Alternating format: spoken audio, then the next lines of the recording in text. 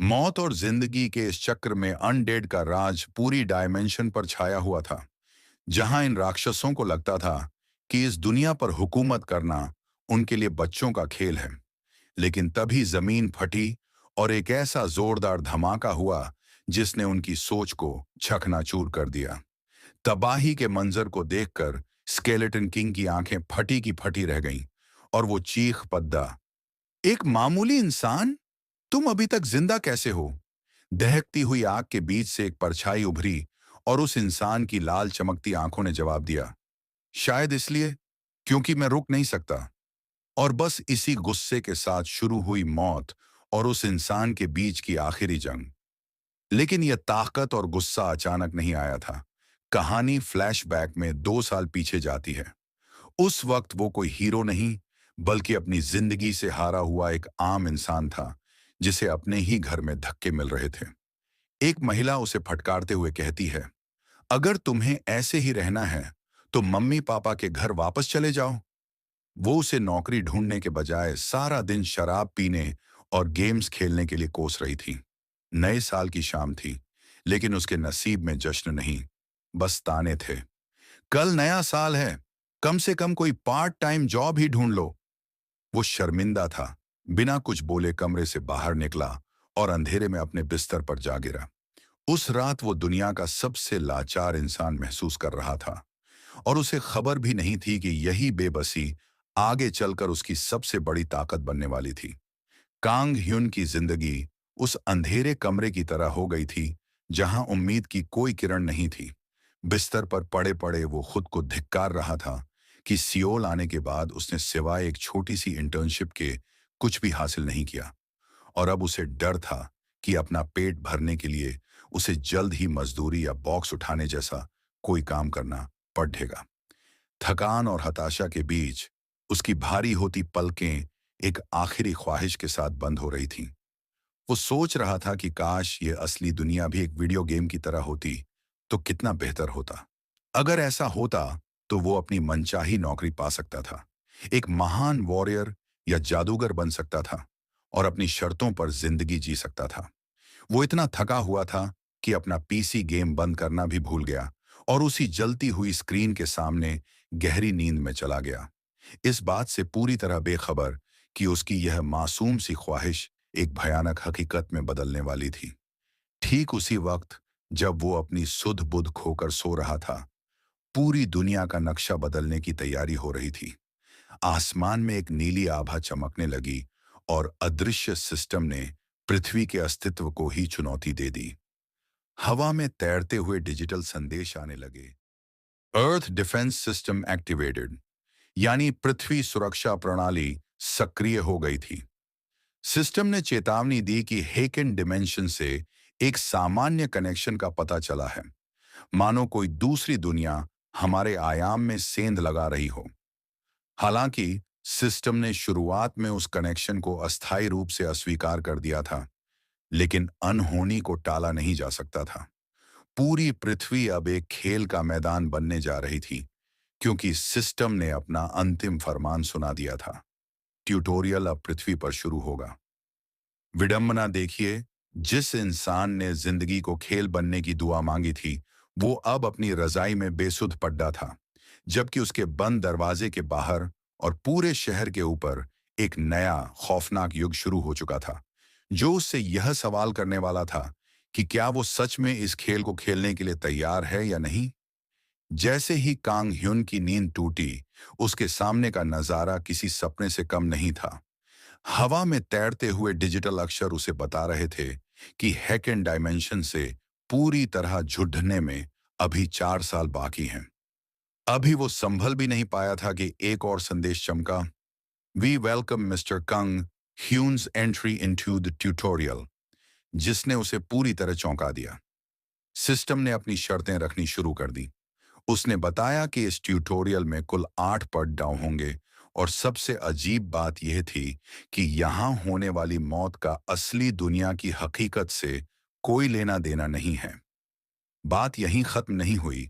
System ने वादा किया कि अगर वो इसे पार कर लेता है तो उसे अवकेनिंग और एक विशेष इनाम दिया जाएगा। कांग ह्यून की आंखों के सामने अब उसका पुराना गेम इंटरफेस और वो लेवल 98 का कैरेक्टर आ गया जो उसे मास्टर कहकर बुला रहा था। इस अजीबो गरीब मंजर को देखकर कांग ह्यून को लगा कि उसकी मानसिक हालत बिगड़ चुकी है। उसने सोचा कि यह हकीकत नहीं बल्कि बहुत ज्यादा गेम खेलने की वजह से पैदा हुआ एक मतिभ्रम है। शर्म और डर के मारे उसने अपना चेहरा छुपा लिया और अपने परिवार से मन ही मन माफी मांगने लगा, यह सोचते हुए कि वो अब पागल हो चुका है और उसे इलाज की जरूरत है।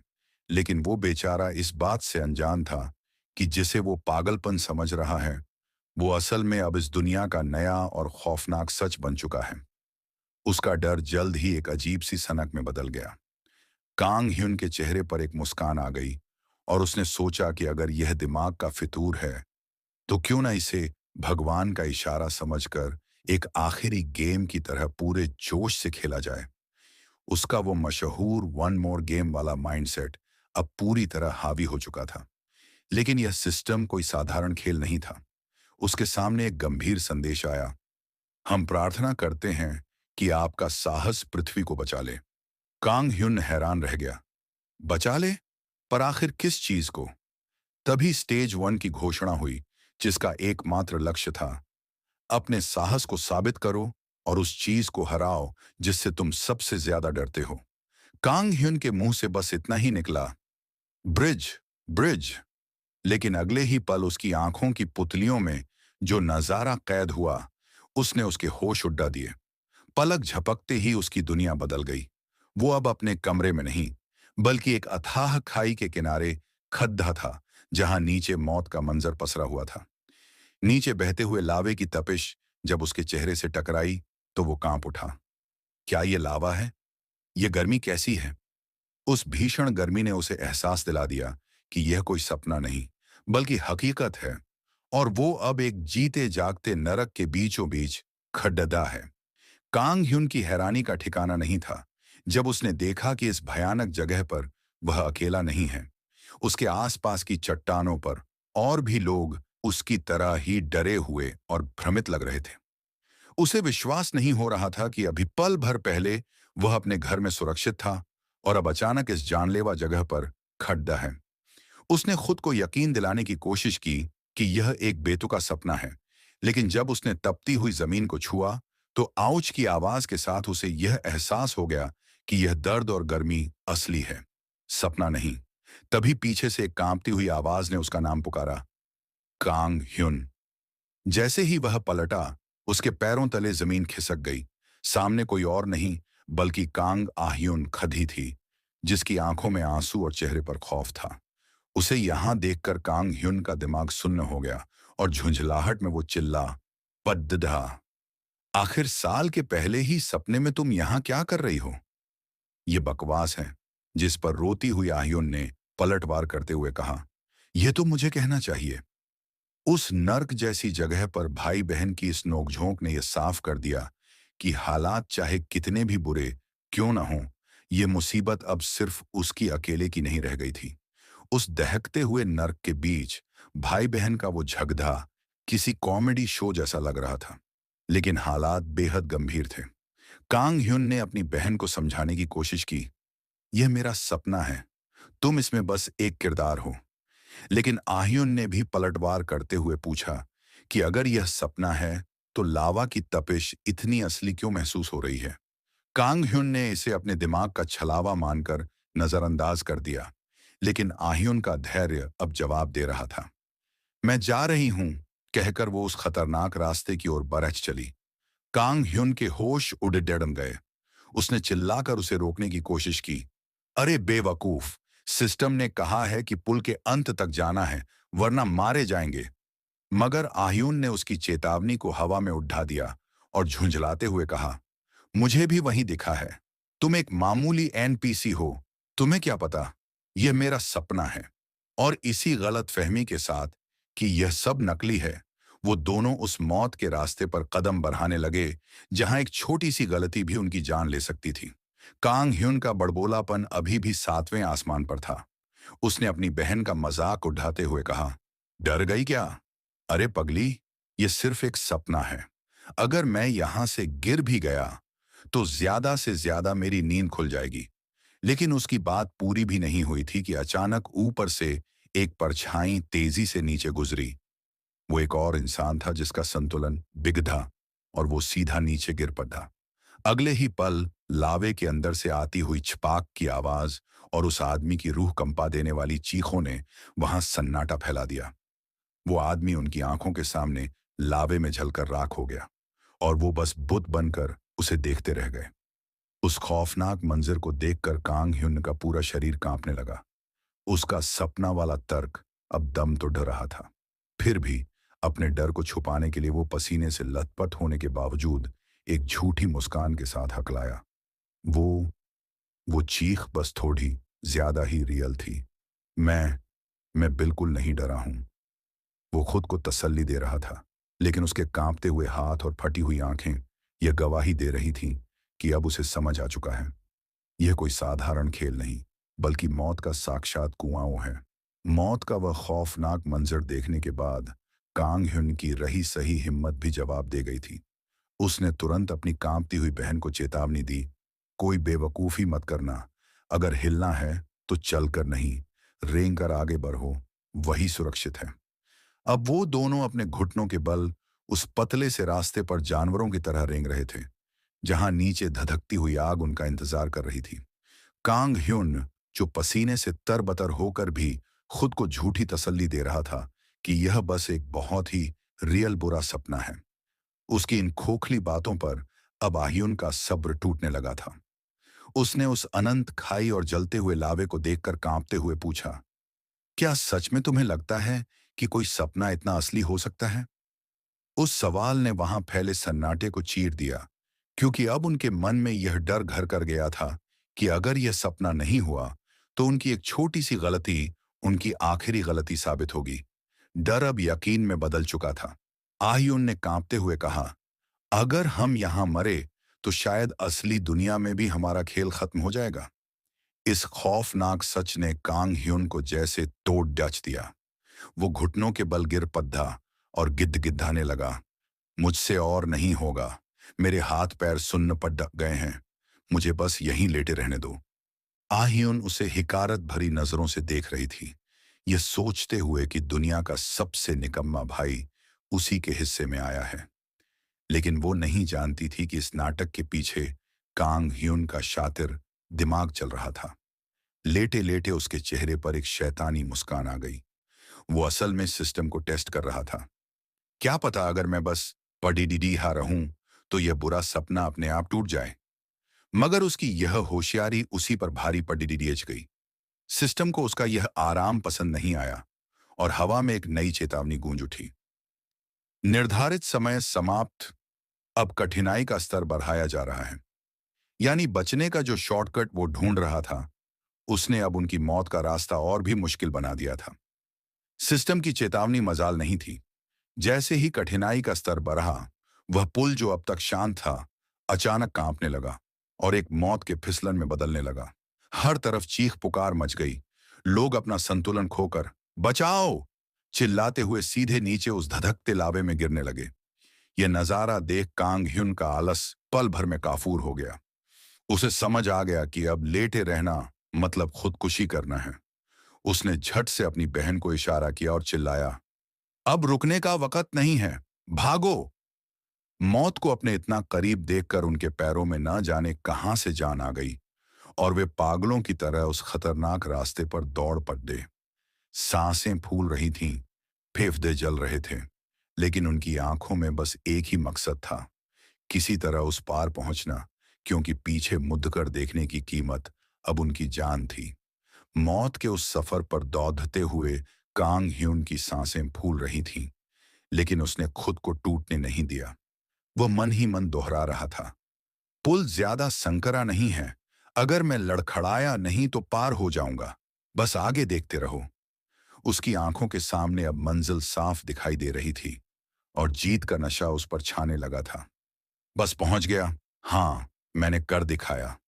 उसे लगा कि अब यह बुरा सपना खत्म हो चुका है और वह सुरक्षित है। लेकिन इस नरक में उम्मीद करना सबसे बड़ी भूल थी। ठीक उसी पल जब जीत मुट्ठी में लग रही थी, एक गड़गड़ाहट ने पुल को हिलाकर रख दिया। आगे दौड़ रही आह्युन ठिठक गई। उसके चेहरे पर सवालिया निशान था। हम?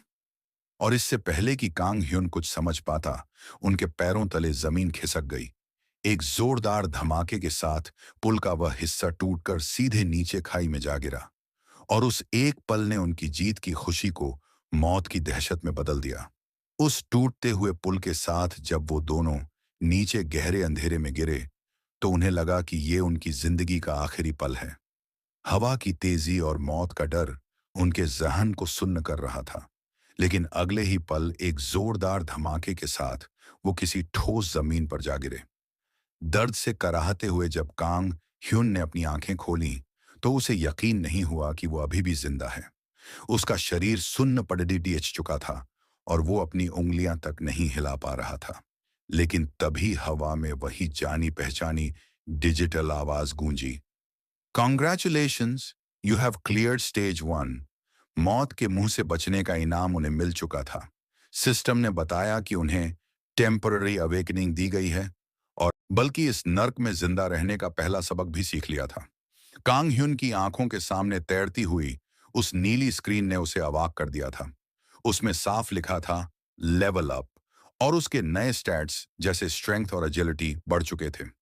उसे विश्वास नहीं हो रहा था कि जिस चीज को वो अब तक सिर्फ वीडियो गेम्स में देखता आया था, वो अब उसकी हकीकत बन चुकी है। लेकिन इससे पहले कि वो इस इनाम को पूरी तरह समझ पाता, अचानक उसकी चेतना एक झटके के साथ वापस लौटी और वो हड़बड़ाकर अपने बिस्तर पर उठ बैठा। उसका पूरा शरीर पसीने से तरबतर था और सांसें ऐसे फूल रही थीं मानो वो सच में मीलों दौड़ कर आया हो। अपने कमरे की शांत दीवारों और खिड़की से आती सुबह की रोशनी को देखकर उसने एक गहरी राहत की सांस ली और खुद को तसल्ली दी। तो वो सब बस एक बहुत ही भयानक सपना था, है ना? लेकिन यह सुकून बस कुछ पलों का मेहमान था।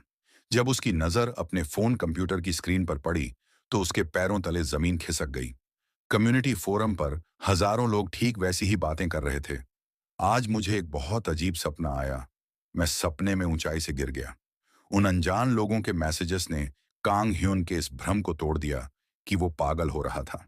उसे अब समझ आ चुका था कि वो खौफनाक ट्यूटोरियल कोई वहम नहीं, बल्कि एक ऐसी सच्चाई थी जिसने न सिर्फ उसकी नींद, बल्कि पूरी दुनिया की वास्तविकता को हमेशा के लिए बदल दिया था। कांग ह्युन की वो उम्मीद कि यह सब बस एक बुरा सपना था, पल भर में चकनाचूर हो गई जब उसने इंटरनेट पर हजारों लोगों को ठीक वही खौफनाक अनुभव साझा करते देखा। क्या आम इंसान और क्या देश के सर्वोच्च नेता, हर कोई उस नर्क से बचकर लौटा था। देखते ही देखते दुनिया का पूरा नजरिया बदल गया। लोग डरने के बजाय अब ट्यूटोरियल से जुड़ी नई मुद्राओं और कौशलों, स्किल्स की बातें करने लगे थे। लेकिन असली दहशत का मंजर तब सामने आया जब पृथ्वी के ऊपर वो मनहूस टाइमर फिर से चमकने लगा। हाकिन डिमेंशन से पूरी तरह जुड़ने में 4 साल शेष। ये उस खेल का अंत नहीं, बल्कि मानवता के अस्तित्व की सबसे बड़ी जंग का आगाज था। क्या कांग ह्युन अपनी नई शक्तियों के साथ इस बदलती दुनिया का हीरो बन पाएगा, या यह टाइमर उसकी मौत का फरमान है? इस कहानी के अगले रोमांचक पड़ाव को देखने के लिए वीडियो को लाइक करें और पार्ट 2 के लिए चैनल को अभी सब्सक्राइब करें।